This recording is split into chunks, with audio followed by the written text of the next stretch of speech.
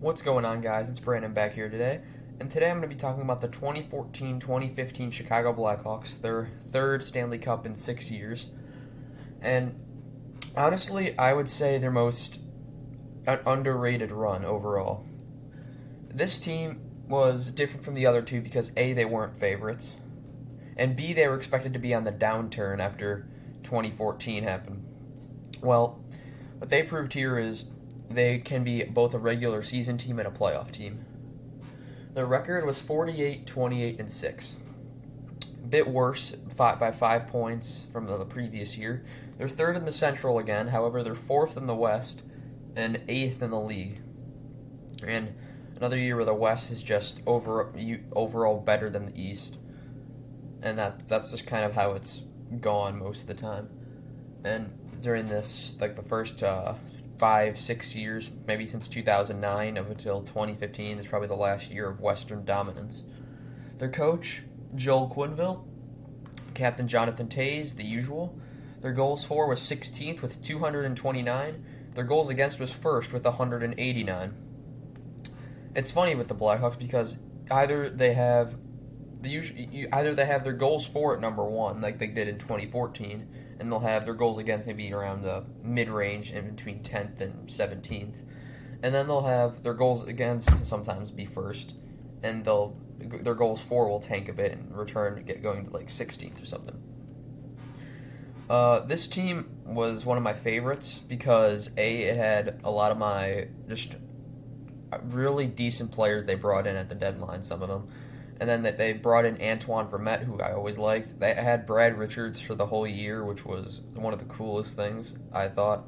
He was always one of my favorite players to watch. He's in Dallas when I was younger. And so this team already had youth with Teravainen was coming in. Brandon Saad at this point was on very far on his way up. In the playoffs, he was dominant. But speaking of the playoffs, let's get right into that. In the playoffs, they beat Nashville in 6. And if you remember game 1, they went down 3-0, came back and won the game in double overtime. And then they pretty much that's another thing. Overtime. And this overtime with the Hawks, they played so much of it and for so long. There was let me think, maybe about 2 or 3 triple overtime games in this playoff for them. Several double and single overtimes as well. Honestly remarkable that they were able to play that much and win it all. So they beat Nashville in 6. They beat them in 6 for the second time since they beat them in 2010 in 6. They beat them in 2015 in 6. And then they beat Minnesota in 4. And this kind of it ends Minnesota. Again, this Minnesota-Chicago rivalry. It wasn't even that much of a rivalry. It wasn't considered a rivalry because they play each other every 2013 through 2015, 3 years in a row. And the Hawks just beat them in 5, beat them in 6, beat them in 4. It kind of just became like, well, it's Minnesota. Looks like we're winning again. Anaheim, they beat in 7. I didn't think they were going to win that series. Anaheim, 7 points better during the regular season. And they won the West. And they just came in, and the series was very back and forth. It was a lot closer than some would expect. You had game 1 went to Anaheim, game 2, and double overtime when Andrew Shaw had that header of a goal that didn't count, but then Kruger got it in triple overtime. So they won game 2. Game 3, Anaheim won. Game 4, Vermette scored the game winner in double overtime. Game 5, the Hawks came back from 3 goals down in the last 5 minutes when they were down 4-1. Toews, I know, got 2 of them in the last minute. But they lost 20 seconds into overtime in return, so that I thought the series was over at that point. And they come back to Chicago, win game 6. And then game 7 comes around. They had a 4-0 lead in the first period, and everyone's like, okay, it looks like we're going to the final. And then Anaheim started to come back and was like, oh no, no. And then the Hawks buried them with their 5th goal, and we knew that the Hawks were going back to the final. So that's probably their series that I didn't expect them to win at all, and they did it. So that made me very proud of them. And then in the Stanley Cup final, they faced Tampa, a Tampa Bay team that it wasn't near what it is in today's world, 2020, 2021, but it was a pretty good team, and they beat them in 6. And Tampa was the favorites in that Cup final, and yeah, they had the home ice advantage as well. And Chicago wins game 1 in the basically in the third period. Very tight series. Up until game 6, every game was decided only by 1 goal. All of them were very, very close, but no overtime in that final. Hawks win game 1 because of basically Teravainen and Vermette in the third period. They lose game 2 and 3, just like the Boston series. And then games 4, 5, 6, they beat them. They shut them out in game 6.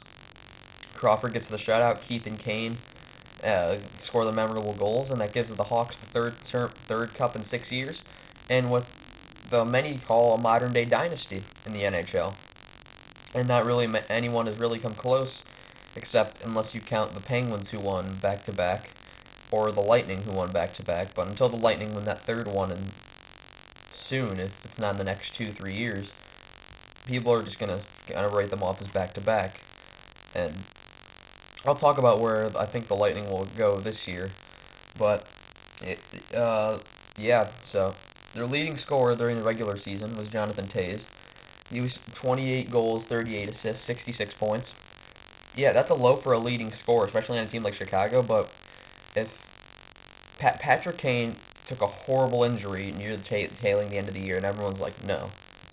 It was against Florida, I remember it. It was a horrible hit, and everyone was fearing he would not be ready for the playoffs because everything was like, oh, he's out for the season, and then it started getting closer. It's like, oh, he might be back like for mid-round playoffs if the Hawks make it, and then he was there for game 1, and we're like, wow, he actually like pulled it off.